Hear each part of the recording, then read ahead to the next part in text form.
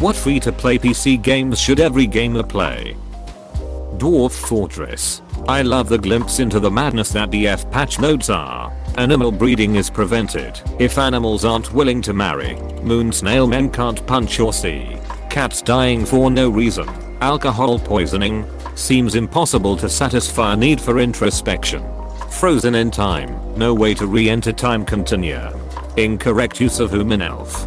TXT. Non-lethal fall onto upright spike causes unreasonably high skill gain.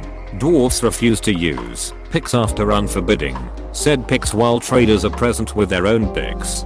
Giraffe is trainable for war. Okay, for Eli, have never considered playing this game until seeing your comment. WTF is going on in this game? Question mark? Question mark? Team Fortress 2. And I say this completely unironically, Roblox. Roblox gets a bad rep for being all childish, but it's more than just a game. It's a platform for games, as well as truly creative projects. I would even go as far as to say that it provides some free alternatives to other, more expensive titles. I agree.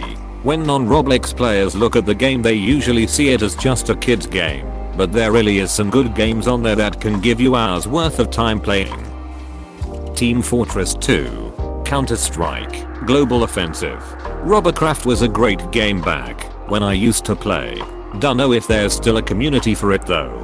Pretty sure Robo became P2W, may have changed since, but I remember a year ago it was. Yeah, it did, unfortunately. I remember playing Robocraft years ago on my old laptop with my friend.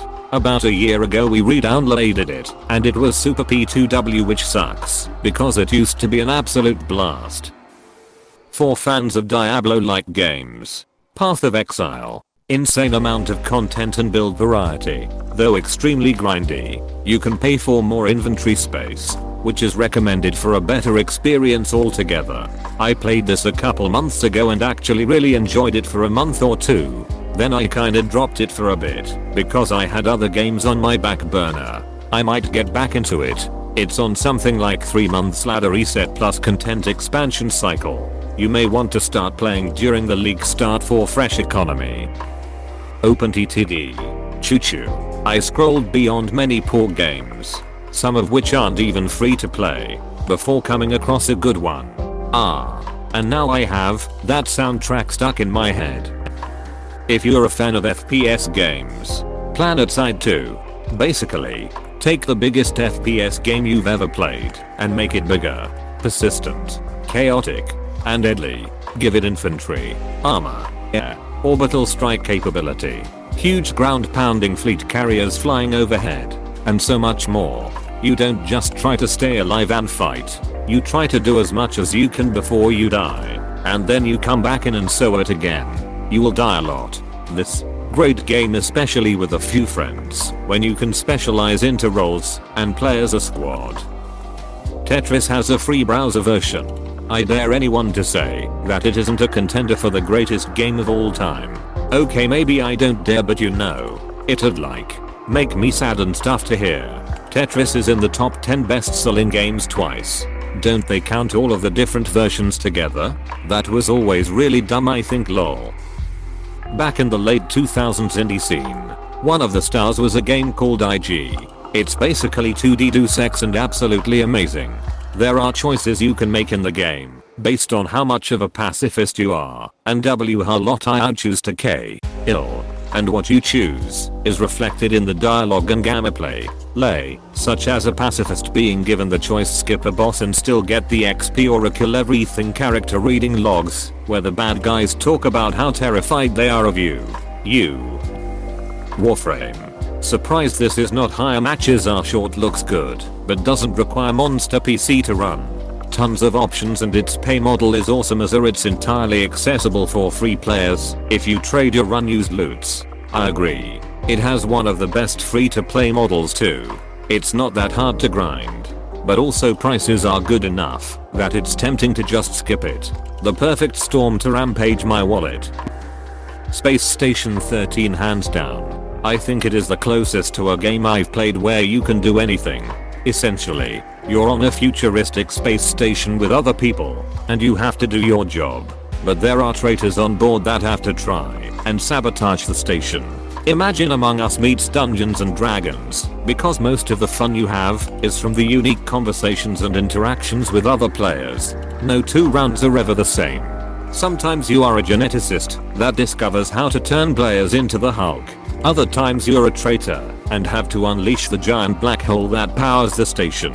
And other times you just have chill rounds where you kick back and drink booze in the bar. Although the interface is shit and the community can be toxic, it truly is a fun game for anyone who likes to roleplay in video games. Also, LSO, beware of the clown and never give them space lube. It's a mistake you don't make twice. Ice. So a fun thing is that I'm working on a SS13 like game where a fantasy village has to figure out traitors and survive. The catch is that the king can assign people jobs. So the traitor has to manipulate social ties to try and get better jobs or use their job to get ahead. It's a very intricate web of connections between jobs and players, with crafting trees that rely on others to do things. Nerim and Enderal, both made by Shore AI, are full conversion mods for Oblivion and Skyrim. So, they're free as long as you have Oblivion and Skyrim. And the plots of both, especially Enderal, are significantly better than the Elder Scrolls games. Nerim is in German with English subtitles, and Enderal, which is much more polished, is fully in English. Doki Doki Literature Club, going blind. But yes, this was my first thought. I've gotten into BTD 6, but BTD 5 is free on PC through the Flash game and it's great fun. Probably the only game I've played in the last 2 weeks and I have a PS5. Concept is that balloons are coming, and you tell monkeys how to pop them. Random as hell but pretty cute. Drive, Langeskov, the Tiger, and the Terribly Cursed Emerald, a whirlwind heist, a 30 minutes free game made by the creators of the Stanley Parable. I recommend you go watch the trailer first though, as it really adds to the game. The part with the tiger really had me on the edge of my seat. Nah man, the Cursed Emerald was the real shit. Wizard 101. Man, I miss this game. It was such a massive part of my life growing up. I hope that someday ITD come off being sub-based, but I still enjoy listening to the music. If it wasn't for me totally being obsessed with Mushu, I wouldn't have wanted to try WoW's Mists of Pandaria stuff, and that wouldn't have inspired me to want to study Japanese. My life would be very different. In short, without this game.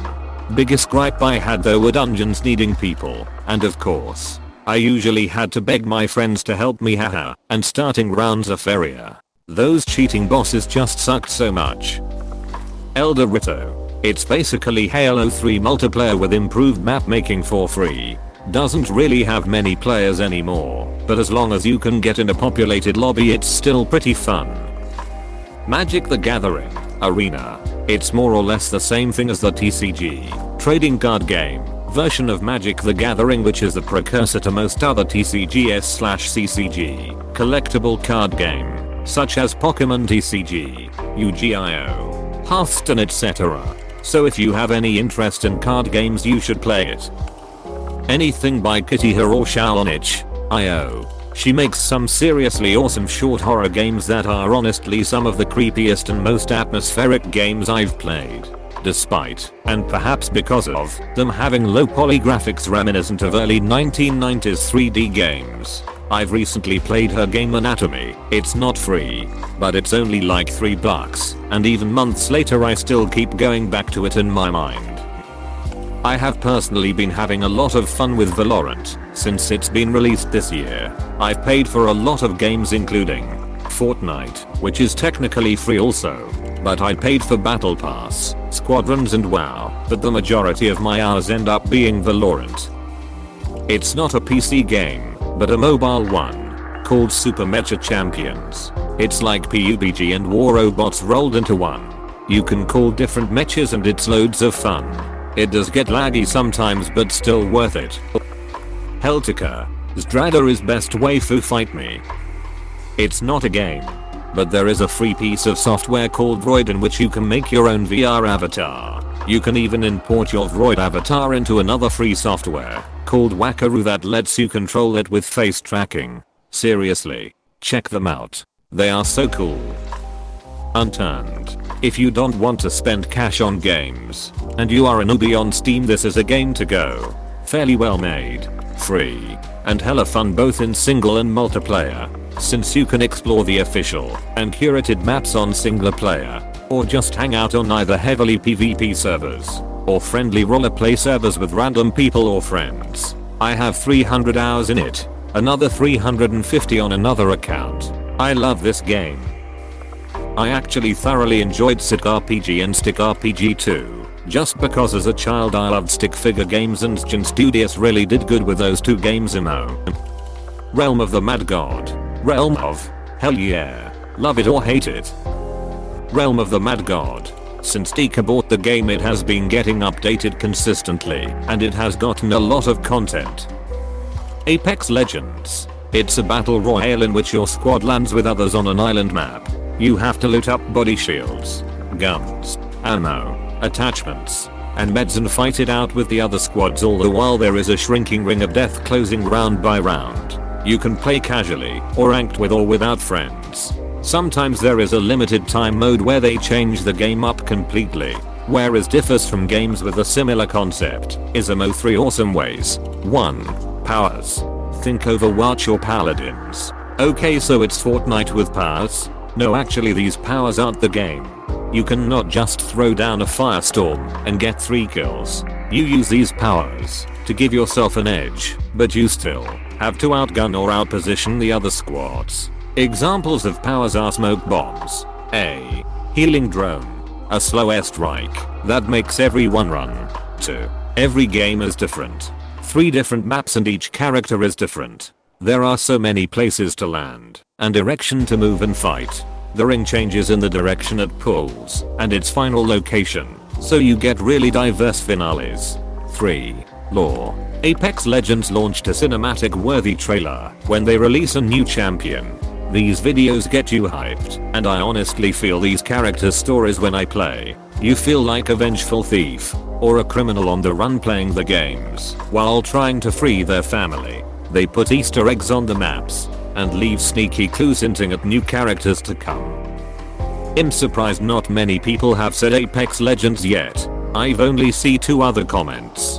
The gameplay is great, though frustrating at sometimes, yes, and the lore is related to another game, Titanfall 2, which is not F2P unfortunately, but absolutely worth the money, which has a freaking spectacular campaign.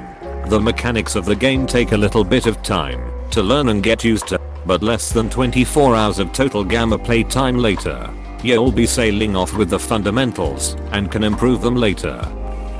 Please click subscribe if you enjoyed this video.